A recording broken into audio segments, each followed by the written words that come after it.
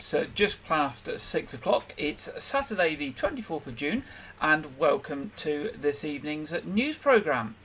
And in the news this week, a new car parking system for patients, staff and visitors will come into operation at Dorset County Hospital on Monday the 3rd of July.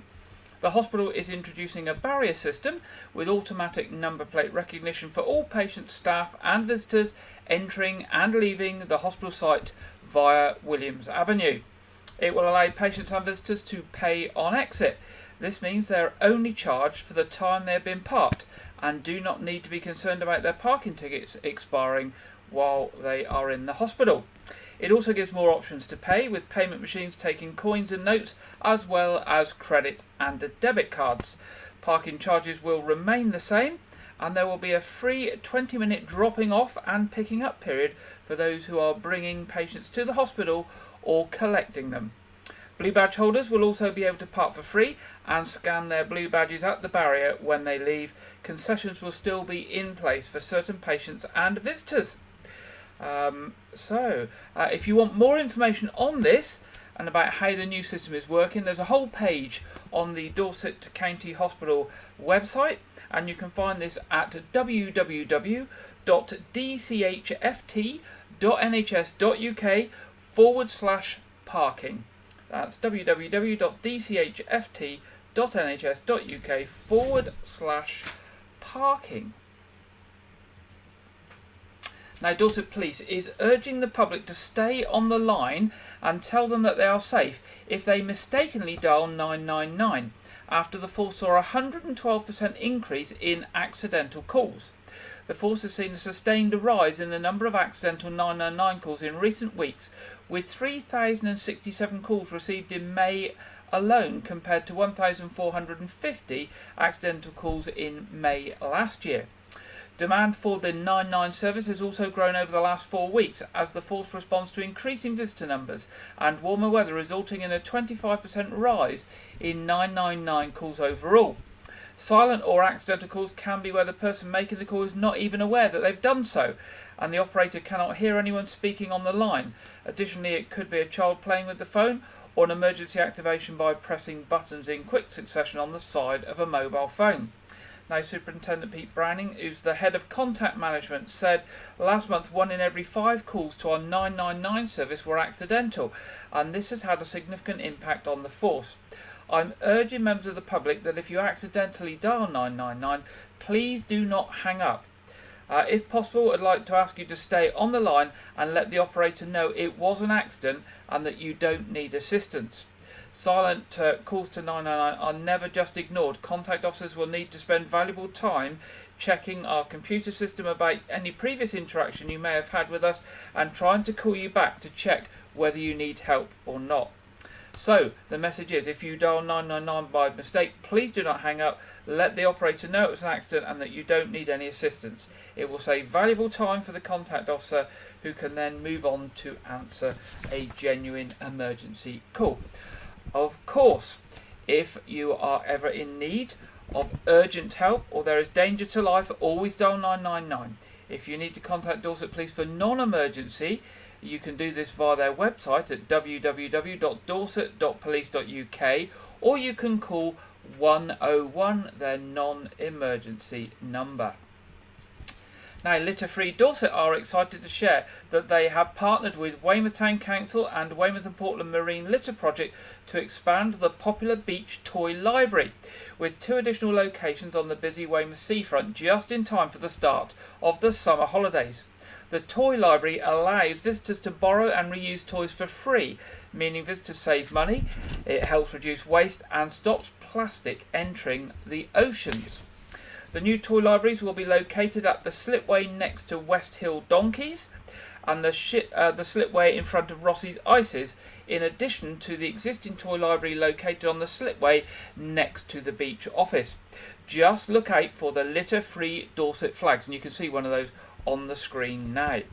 Emma Teasdale, who's the project officer at Litter Free Dorset, said, "We are delighted to be expanding our toy library scheme to continue to help reduce plastic waste and pollution in Weymouth.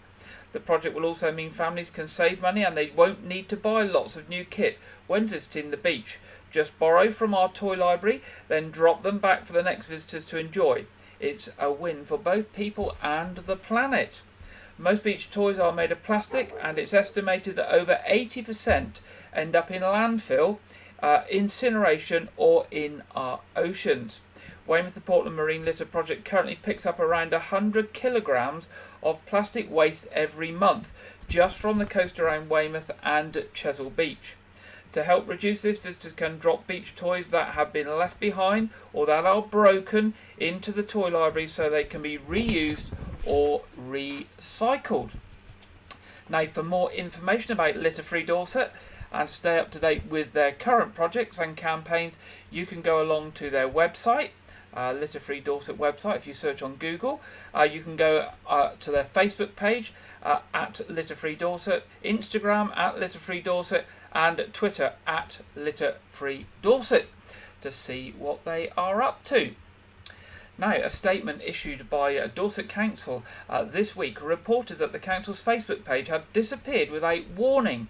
A further statement made just yesterday confirmed that it has now been restored. The statement said as follows: "We're very pleased to announce that Dorset Council UK Facebook page is back up and running. Meta has reviewed the problem and determined that the page should not have been taken down. They have restored everything as it was and apologised for any inconvenience caused." The original statement issued earlier in the week was as follows: "Last Thursday, the 15th of June, the Dorset Council page disappeared from Facebook without warning or explanation. Despite numerous attempts to resolve the issue with Meta, we have been unable to establish what the problem is and when it will be fixed. There is no evidence so far to indicate the page was hacked or subject of a malicious attack." Facebook is an important communication and engagement channel for Dorset Council, with over 33,000 followers on the page when it vanished. They will continue trying to find out more information from Meta and hope the page will be restored as soon as possible. For now, we'd like to remind everyone that our other accounts on social media are unaffected. So it's good news the Facebook page for Dorset Council is back up and running, but nobody too sure what happened there, but it seems that Meta took it down for some reason. Now, the See You on the Road competition is back for 2023. Following the success of last year's competition, Dorset Road Safe are once again running a competition for young people aged between 9 and 16 years of age to design a poster, social media image or animation that can be used to spread awareness of the risks of pedestrian distraction. Sadly, there were over 100 young people aged between 11 and 19 who were seriously injured as pedestrians on the roads in Dorset last year. This is higher than any other age group. The number one cause for these collisions was the pedestrian failing to look properly before crossing the road. The second highest cause was the driver failing to see the pedestrian. There are two age categories in the competition: 9 to 12-year-olds and 13 to 16-year-olds, and the competition is open until the 31st of July. The finalist designs will be shared on social media by @DWFRS Road Safety throughout August, and two winners, one from each category, will be chosen by a panel of judges and announced in September. Both winners will receive a tour of their local fire station and a £30 Amazon voucher kindly donated by local sponsors. For full details of the competition, including how to enter, you can go along to www.dwfire.org.uk/Dorset-road-safety-competition. That's www.dwfire.org.uk/Dorset-road-safety-competition. Have a go there. You never know, you might win. Somebody has to win in all of these competitions. Now, Dorset Police received reports at around 8:45 on Friday the 16th of June that a man was in possession of a large metal pole on the Rodwell Trail in Weymouth, and officers investigating are appealing for witnesses or anyone with information to come forward. A 46-year-old man from Weymouth was arrested on suspicion of a fray. He's been released on police bail while inquiries continue. Police Constable Charlie Frost of Weymouth Neighbourhood Policing Team said it was reported that the man made threats towards a person in a small black car at the junction with Old Castle Road. We have not identified the driver of the vehicle and I would ask them to please come forward. Also, I'm keen to hear from anyone with information or relevant footage to assist my inquiries. Now, anyone with information can contact Dorset Police on their non-emergency number 101, or if you wish to give information anonymously via the Crime Stoppers charity on free phone 0800 555 111. That's 0800 555 111. Now, Lookout, a road off of Horsford Street next to the CFAS Research Institute, is going to be closed for approximately 3 months. The road will be closed from Monday the 3rd of July and the work is expected to finish on Friday, September the 22nd. This closure will enable Chris Bartholomew Electric safe access to the roof with scaffolding to construct a new roof. The closure notice states all vehicles will be prohibited from proceeding along Lookout Weymouth for its entirety. The closure is needed in order to comply with health and safety regulations which require the provision of safe working areas and to minimise the likelihood of danger to highway users. A spokesman for Dorset Council said although pedestrian access is unaffected, pedestrians may be prevented access while scaffolding works are taking place. Now, if you do need to discuss this closure with somebody from Dorset Highways traffic team, you can give them a call on 01305 221 020, that's 01305 221 020, or you can email them at trafficteam@dorsetcouncil.gov.uk. Now, the tennis season is in full swing and one Weymouth club is opening its doors to the public as part of the Lawn Tennis Association's big weekend next month. Weymouth Lawn Tennis Club, based on Radipole Park Drive, is hosting an open day on Saturday, July the 8th from 11:30 a.m. to 3:30 p.m. The event is staged in the middle of the Wimbledon fortnight and is a great opportunity for individuals or families to try tennis for the first time or dust off that old racket and get back into the sport. There will be free coaching for adults and juniors with Weymouth LTA registered coaches Matt Eaton, Ryan Bissett and Clive Stowe. There will also be some fun activities for all based around a tennis theme, and participants will be able to test their skills against the ball machine to see how many they can return. Those interested can pre-register and reserve a space, or you can just turn up and mix in. Now, if you want to pre-book, the Weymouth Tennis Club website can be found by doing a search on Google for Weymouth Tennis Club. That's Weymouth Tennis Club via the Google search engine. Now, there's a next of kin appeal this week. The coroner for Dorset is seeking the assistance of the public to find the next of kin of a man who lived in Dorchester.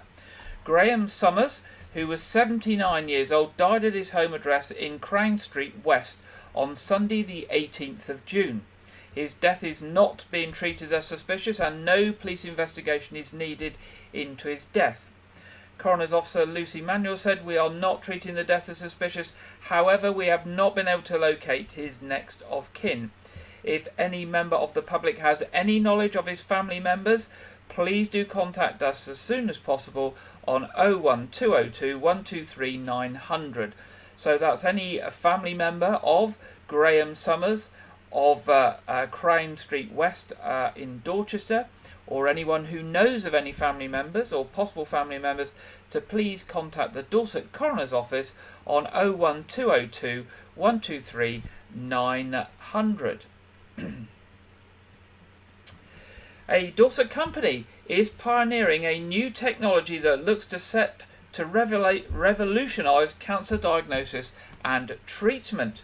Dr. Tom Wallace-Smith, that's him in the picture I believe, from Poole, and Canada-based Talman Firestone are the brains behind Astral Systems, the newest company to land on the Dorset Innovation Park at Winfrith.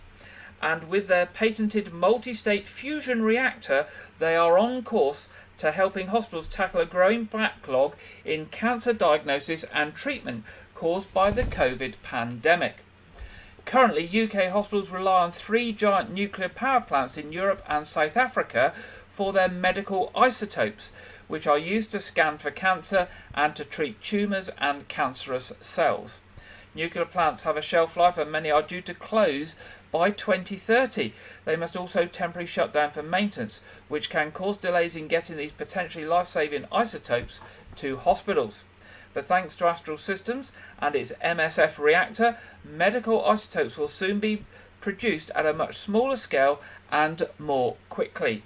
Astral's Chief Executive Officer, Talman Farstone, explained, "We want to address real-world problems today, not in 20 to 30 years' time. There is a real pressing problem now that needs addressing urgently, the delay in cancer diagnosis and treatments caused by the COVID pandemic. Nuclear medicine has been helping to save lives for decades by enabling the medical profession to scan for cancer and directly treat tumours and cancerous cells at source. However, the old tech around fusion is limited in how much and how quickly it can be produced. Our system has been developed far more quickly and can produce isotopes at a much smaller scale. This means medical isotopes can be produced on smaller sites without having to rely on giant international nuclear generation fission plants.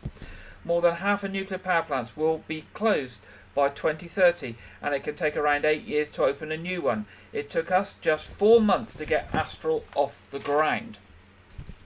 Now, Astral came about after Tom, who's 28, invented the MSF reactor while studying for his PhD and working on placement in Japan at a nuclear reactor in Osaka, Japan. After returning to the UK, his supervisor at Bristol University introduced him to the other guy. Sorry, I've missed his name off my notes here. To Talman Farstone. And Astral was formed in 2021 and was awarded a £1 million research grant, and has also recently completed a £200,000 research contract for the United Kingdom Atomic Energy Authority to set up their fusion reactor facility at the Dorset Innovation Park to undertake fusion materials research. As you know, the Dorset Innovation Park is owned by Dorset Council and is currently home to more than 40 businesses employing around 1,200 people. It's a site that boasts companies that hail from the world of high-tech, digital science and engineering and defence industry. So we wish Astral well with their new projects. The Dorset Seafood Festival is to return to Weymouth with a new feature this year, an English wine garden.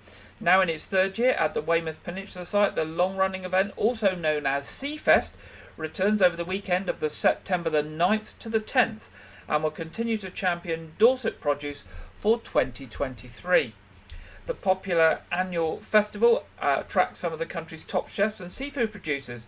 Organisers say the wine garden will be a captivating focal point of this year's event and will showcase the best of Dorset sparkling wine.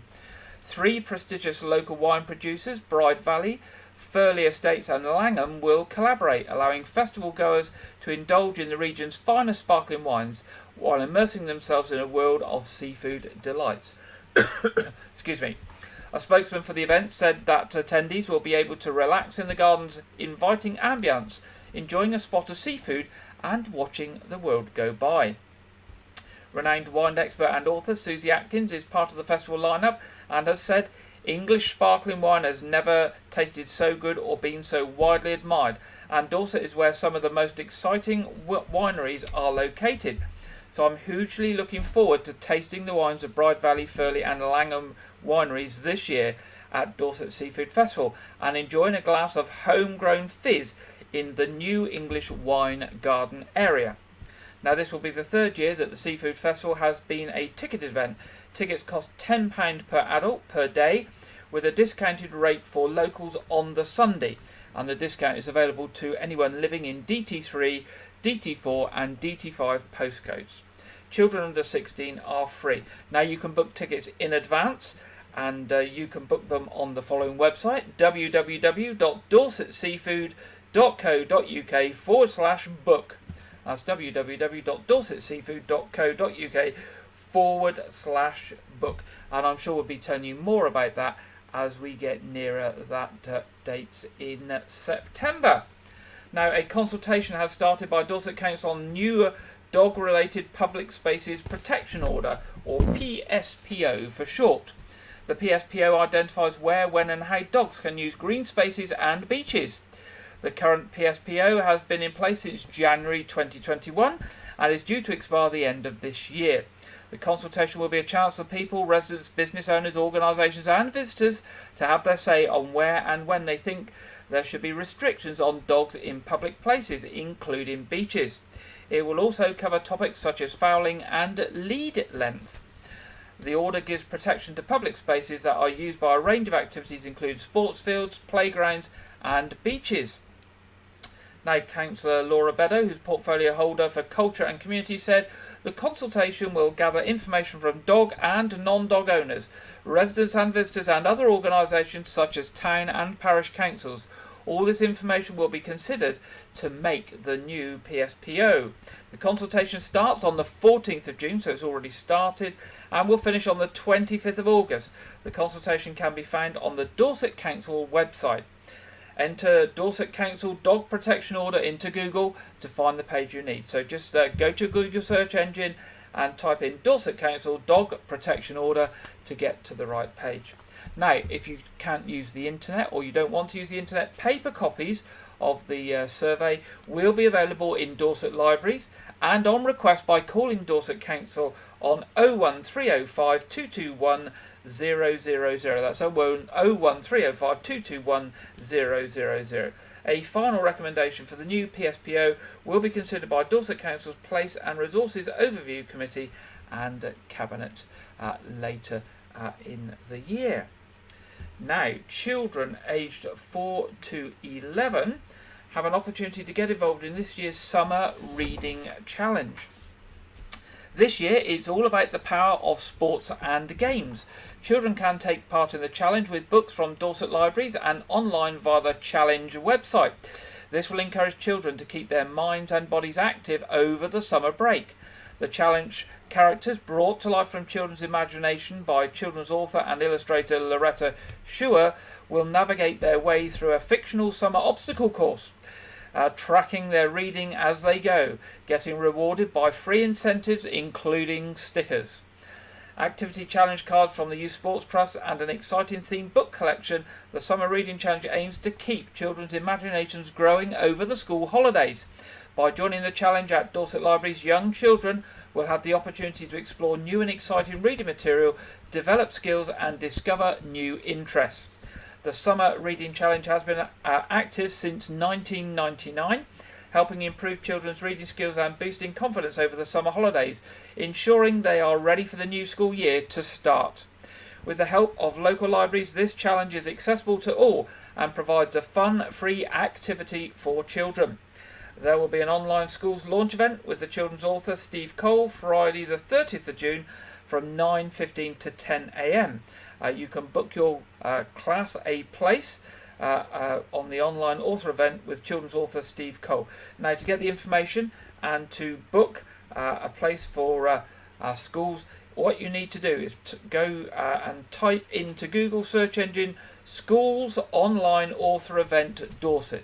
Schools Online Author Event Dorset, and you can join in with that online event with children's author Steve Cole on Friday the 30th of June. That's this coming Friday, isn't it? So don't waste time if you're a teacher and you want to involve your class in that this coming Friday.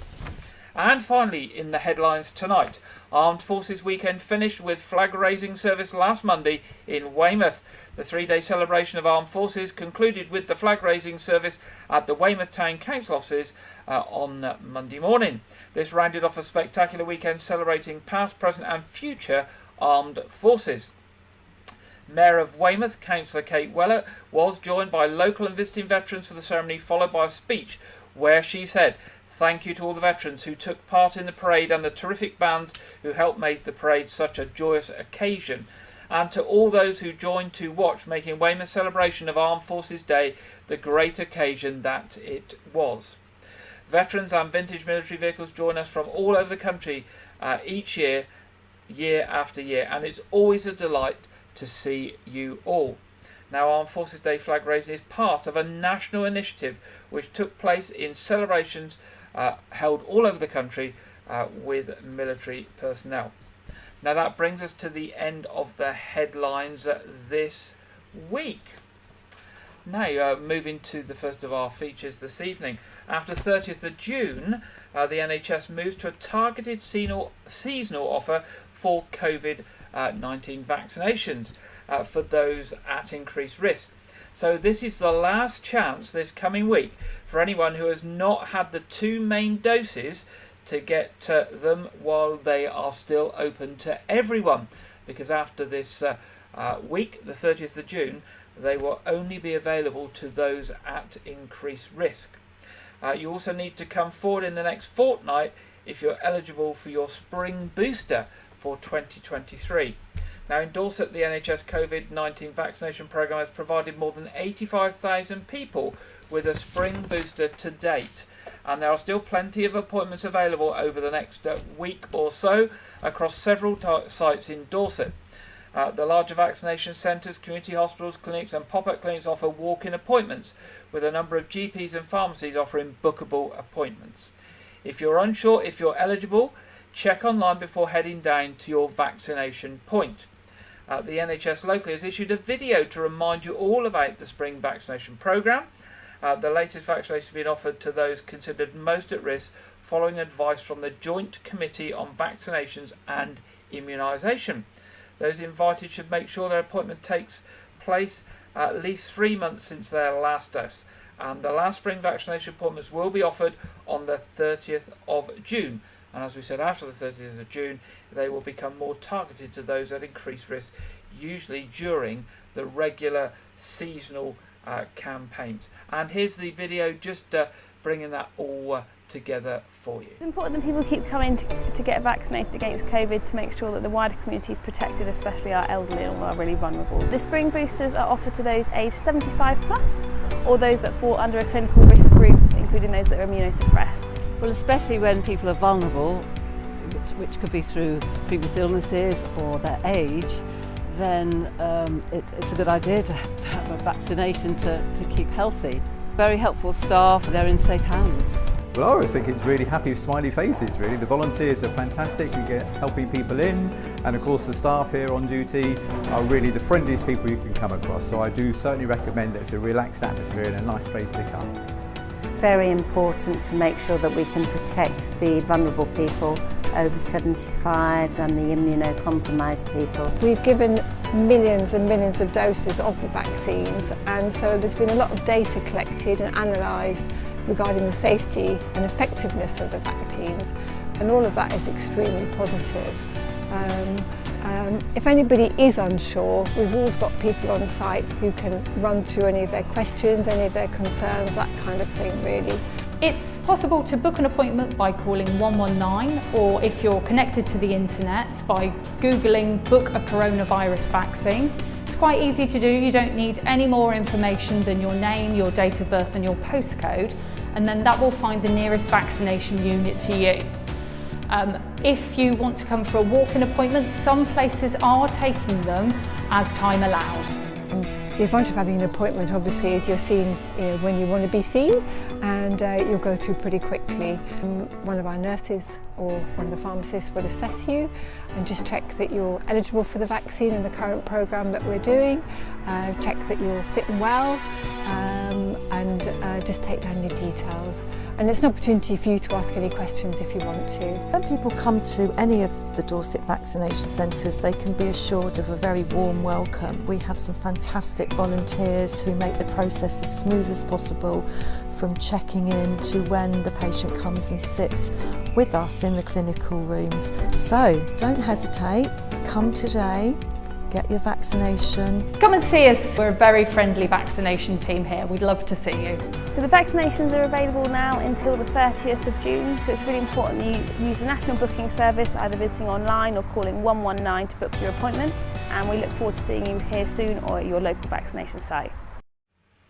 There we go. So that's up to the 30th of June. If you haven't had a COVID vaccination, a spring booster, get them done now. And to find your local vaccination clinic and to book online, you just need to go to Google and type in "find a walk-in COVID vaccination clinic" or "book COVID vaccination," and you'll get straight through to the National NHS website that will allow you to process all of that. Now, moving on to our next feature, we're all very familiar with the National Trust, which is Europe's largest conservation charity and who are best known for protecting historic sites. Well, like many organisations these days, they rely heavily on volunteers.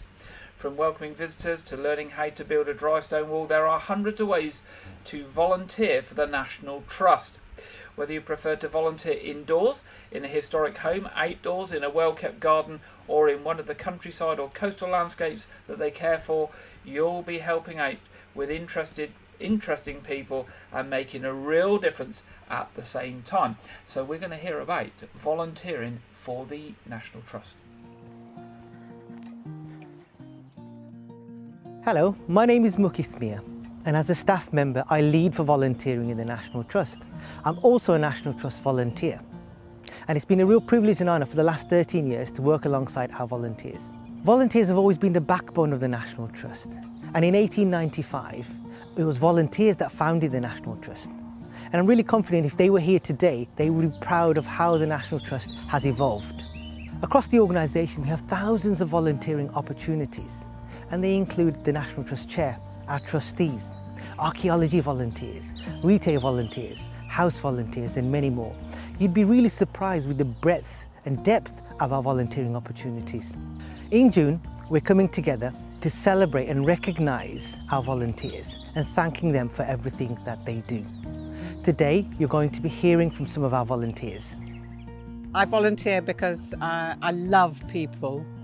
I love their diversity, their different stories, their characters. I volunteer for the National Trust because I get to meet some great people, have lots of laughs, get to work in beautiful landscapes like this, learning new skills, so I've just been out walling today, and chances to get covered in mud. When does that happen normally?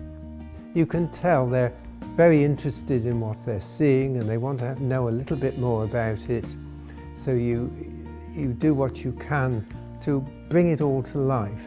And I like doing this, and in return quite often they give you information about themselves and their backgrounds, and it's surprising how often you can find a link somewhere. What I enjoy most is that meeting people, and sometimes people who come in I know, and that creates extra interest, and also introducing the people to the carriage collection. I've always had a love of history and getting involved in archaeology, and I'm at that time in my life when I can actually choose now. So I've decided to get on and do things now in my life that I really always wanted to do. And so I'm absolutely delighted. I'm being allowed these opportunities really, and thoroughly enjoying it and learning a lot about history and archaeology as I go. The nature and everything. I really like it because it's a nice park. Because it's like a dream come true for all of us. I'm communicating and making my parents proud. We still do lots of what I would call the maintenance stuff. So we're doing walling like today, we do paths, strimming, fencing. But more and more we're also involved in what I like to think of as legacy projects. Put in tens of thousands of trees the last couple of years. We're doing new hedgerows for wildlife habitat, green corridors. We're doing wildflower meadows. So basically there's a big move to make the portfolio, the area we look after, better for wildlife and more habitats. And that's super rewarding. We are National Trust volunteers. It's so interesting. It's interesting as a craft. It's interesting scientifically, it's interesting ecologically, and at all three levels I find beekeeping absolutely fascinating. It's also socially very good. There are lots and lots of beekeepers, they're all different, and they're very passionate about what they do. Simply getting outdoors, getting stuck in, from working at home on a computer every day, coming outside, picking up some tools, building things like fencing, some revetment in areas like this, get to exercise, meeting other people, socialising. It's perfect for me. We do a bit of everything. There's lots of destruction of broad walks and taking down fences and stuff like that, which is good fun. And then also bits of planting or looking after the natterjack toad pools and things like that. So a range of stuff. We want to really inspire more volunteers to our organisation. We have a range of opportunities. They might be one-off volunteering opportunities, they might be regular volunteering opportunities, it might be corporate volunteering opportunities or supporter group opportunities. Whatever we have, we'd like you to get involved with us. We want to thank you, our volunteers, our staff and our supporters for everything you do. It is you that make the National Trust special. Thank you. Okay, there we go. And if you are interested in opportunities available at the National Trust to volunteer, there's a special website you can go to. It's myvolunteering.nationaltrust.org.uk. That's myvolunteering.nationaltrust.org.uk. Right, it's that part in the programme where we go to our regular contributor Andrew Wright for this week's film review and preview. Welcome to Wyke Regis TV Film Review and Preview. I'm Andrew Wright. This weekend, the new Jennifer Lawrence comedy film No Hard Feelings releases in cinemas. The film revolves around Lawrence's character, Maddie Barker, who is facing bankruptcy when two parents hire her over Craigslist to date their introverted 19-year-old son in exchange for a car. This film is notable for being Lawrence's first comedy film after becoming an international star for her roles in the Hunger Games and X-Men films. So far, the film has about 63% positive reviews from critics, who praise Lawrence's performance but criticise the impact of the story on viewers. The film does, however, currently have about 94% positive audience votes, so keep that in mind if you choose to see it. This weekend, the new Wes Anderson film Asteroid City releases in cinemas.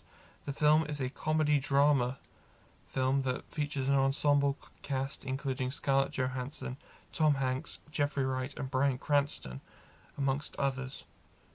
I've seen the trailer for this film and I have absolutely no idea what is going on, but it appears to be a metatextual narrative about a town under quarantine in 1955. So when I saw the trailer, I did not think it was not clear what the plot was. So far, the film has about 74% reviews from critics, who criticise its lack of appeal to casual viewers, but praise its appeal to Wes Anderson fans. But troublingly, the film only has 64% positive, has only 60% positive reviews from audiences so far, which is a significant decrease from his previous films. Asteroid City is in cinemas this weekend. This week, the MCU's newest TV entry, Secret Invasion, premiered on Disney+. The series stars Samuel L. Jackson as Nick Fury and features Fury struggling to cope with the after effects of the blip as he gets involved in a Skrull conspiracy to conquer Earth. The series also features MCU actors Ben Mendelsohn, Don Cheadle, Martin Freeman and Kobe Smulders, reprising their roles from previous films, with notable British actors Kingsley Ben-Adir, Olivia Colman and Emilia Clarke starring in the series in antagonistic roles. Now, as I am a massive Marvel fan, I was excited when I checked out episode 1, but I was very underwhelmed at the pace as it rushed through an entire episode that needed to be more carefully spread out. But it was definitely full of shock twists and brought a new angle to the MCU that was hinted at in Captain America Winter Soldier. I rated the episode 3 stars out of 5, and new episodes stream at 8 AM on Wednesdays on Disney+. Over the course of this week, several prominent July films have had their tickets available to purchase ahead of their cinema release. Currently, you are able to pre-order tickets for Disney Pixar's Elemental, which was released in US cinemas last weekend and is opening in the UK Friday, July 7th. Tom Cruise's Mission Impossible Dead Reckoning Part 1 seems to be opening Monday, July 10th, as that's a date that the first tickets are available to purchase at.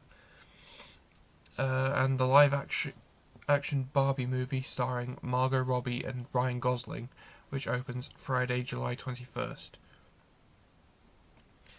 That's all I have for this week, but be sure to check back next week where I will preview Indiana Jones and the Dial of Destiny, the 5th and final film in the Indiana Jones franchise, which is currently dividing critics. Now back to Gary in the studio. Thank you very much, Andrew, and I look forward to hearing what Andrew's got to say about Indiana Jones, the 5th and final episode, as I'm a very keen Indiana Jones follower. So we'll see what Andrew has to say about that next week. Now it's that time in the programme where we go over to the Met Office for the weekend weather, and this week we are joined by Jonathan Vautry. Hello there. It's a very warm and humid weekend to come for many of us, all due to where low pressure and high pressure is sat in relation to the UK. So we've got low pressure to the northwest, high pressure in the southeast. Between that, feeding in these very hot and humid southwesterly winds stretching across all areas of the UK. So it will be quite a sticky couple of days to come. In the northwest, that low pressure could provide a few outbreaks of rain for parts of Scotland, maybe the odd sharp shower across Aberdeenshire. You might get the isolated shower for Northern Ireland as well. But the vast majority of us will be staying dry throughout the afternoon, and that cloud breaking up a touch to allow some sunny or at least bright spells. The best of the prolonged sunshine probably across southern areas of England, so quite a nice day if you are out at Glastonbury. In those sunnier spots, temperatures widely climbing into the mid-20s of Celsius for many of us, probably peaking around 27, 28 degrees Celsius in parts of eastern and southeast England. Into this evening, the cloud will continue to break up even further, allowing for that late evening sunshine to develop, and generally most of us will stay dry throughout the night with some clear spells.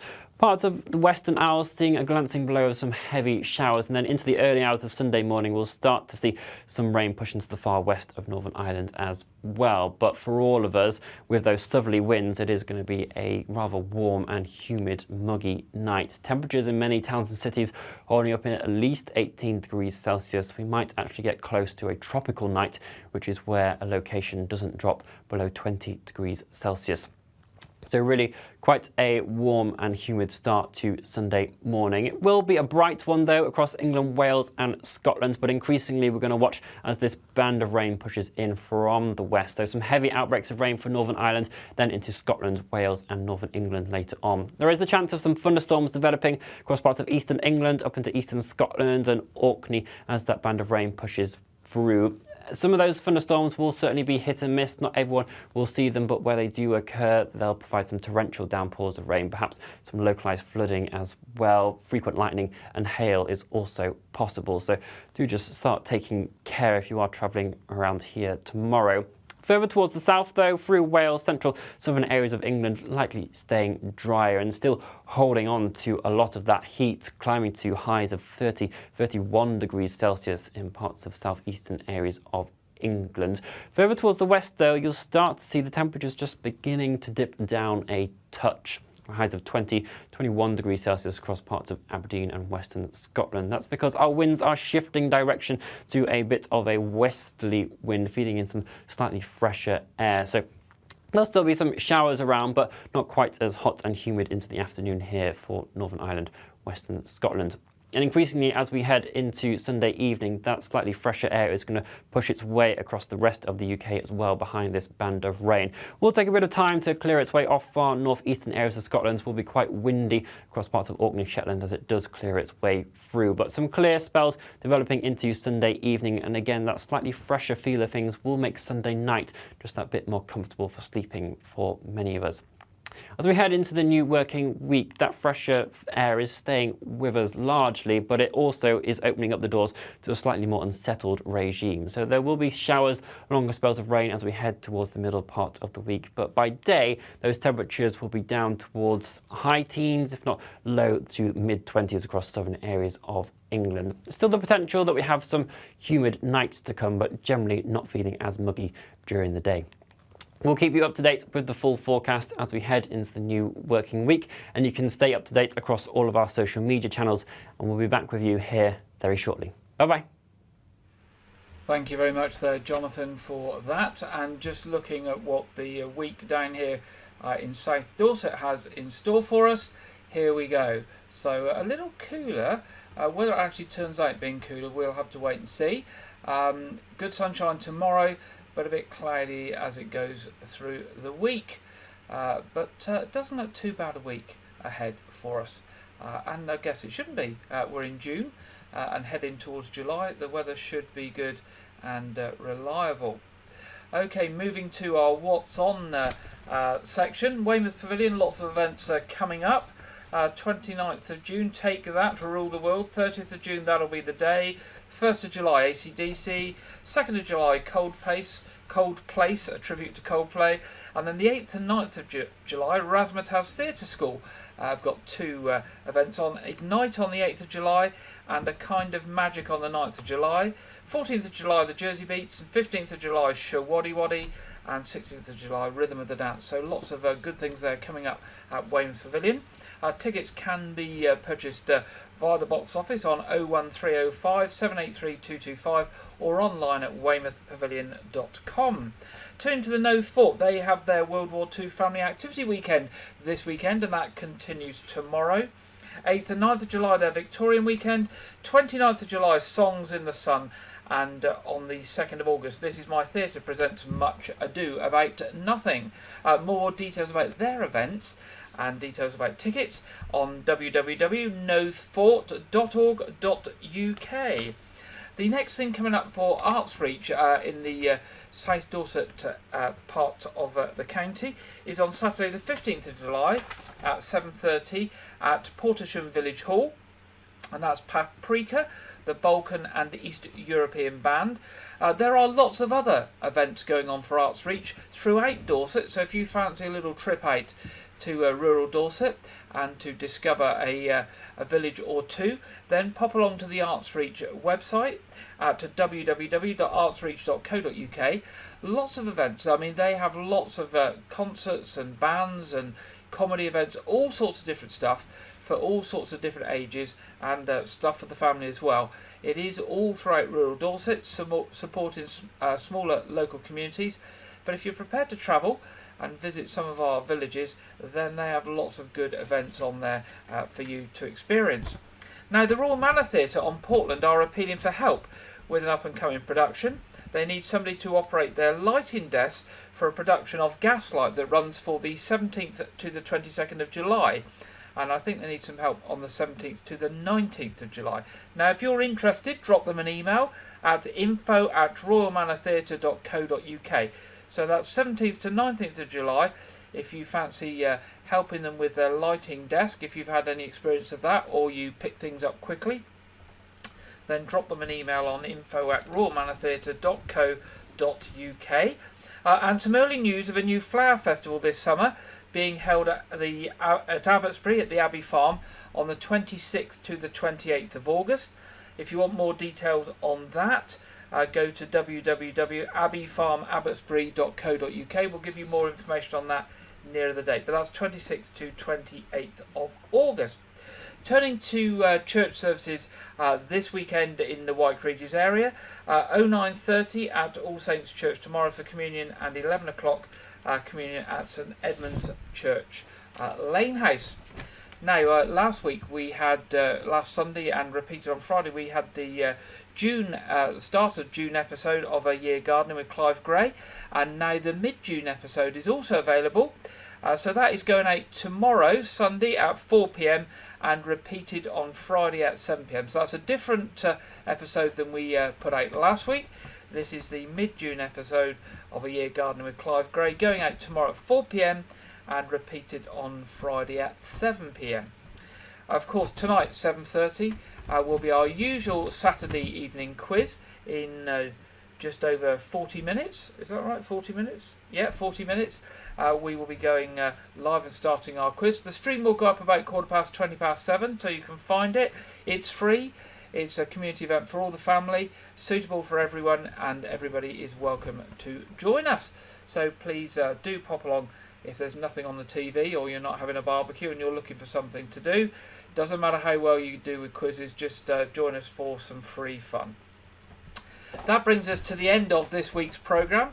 and if you've got any news or events that you'd like to share with us, for us to share with others in our programme next week, then do drop us a line at news@wykeregis.tv, news@wykeregis.tv. We'd be very pleased to hear from you. That's all we've got for you this week. We'll be back next Saturday at 6 o'clock. I hope you have a good weekend and week ahead, and I look forward to being back next week on Saturday at 6 o'clock. Good night.